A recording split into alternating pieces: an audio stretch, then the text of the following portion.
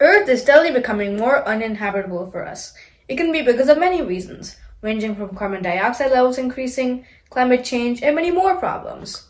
My name is Ashu, and in this sequel to the previous TED Talk about how and why to go to Mars, I'll discuss with you on the steps we're going to take to colonize Mars, some problems we might encounter there, and the solutions to them. When explorers from Europe looked for a new country to settle in, or proved that there was a new country for the taking, they were doing what I call the first step, exploring. When they founded the New World, they made temporary settlements, but still depended on their home countries for food, people, etc. I would call that the second step, making a temporary colonization. But when the colony is permanent and is independent because their home countries do not need to support the colonies, that's when a real colonization is etched into the ground. We are going to use these indistinguishable steps to colonize Mars. A skyhook is an intricate blueprint that can be utilized to make transportation to Mars uncomplicated. It requires a tether, a cable, and a weight, and needs to be spinning while in orbit at 80 to 150 kilometers from Earth. The concept is to create tethers thousands of kilometers long and have spacecraft apply them to climb to higher altitudes and gain speed to launch cheaply and energy efficient. This means you can transfer energy from the tether to the spacecraft and get a massive boost when released. Specialized fibers like Xylon that can be manipulated for the skyhook to withstand debris and meteorites already exist. Once we have reached Mars, we have to create a temporary outpost to prepare the ground for larger human presence.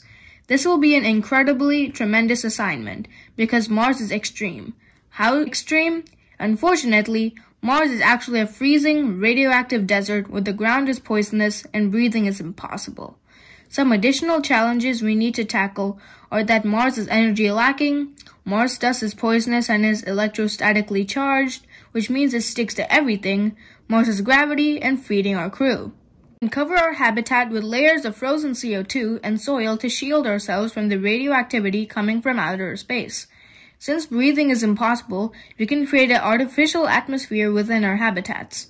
Mars is energy lacking because solar, geothermal, and wind energy is not available on Mars because Mars gets only 40% as much sunlight than Earth does, Mars's core is much too cold, and Mars has no atmosphere. We can solve this by turning to, inefficiently, nuclear power. Since Mars dust sticks to everything, it can stick to our astronaut suits and make its way to the lungs of our crewmates, which will be harmful. So, we can make it so that the suits don't have to go inside the base, but attach itself to the outside of our habitats. Mars has only 38% of Earth's surface gravity, which can lead to muscle wasting, bone loss, and cardiovascular problems. To solve this, we have to exercise a lot, and in the future, we might be able to create rotating living spaces. Okay, now we have solved all these problems regarding our crew's safety, we just need to feed them.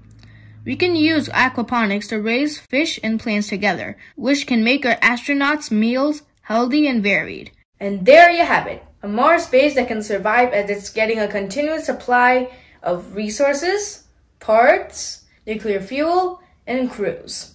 Very happy to be with you today. Thank you.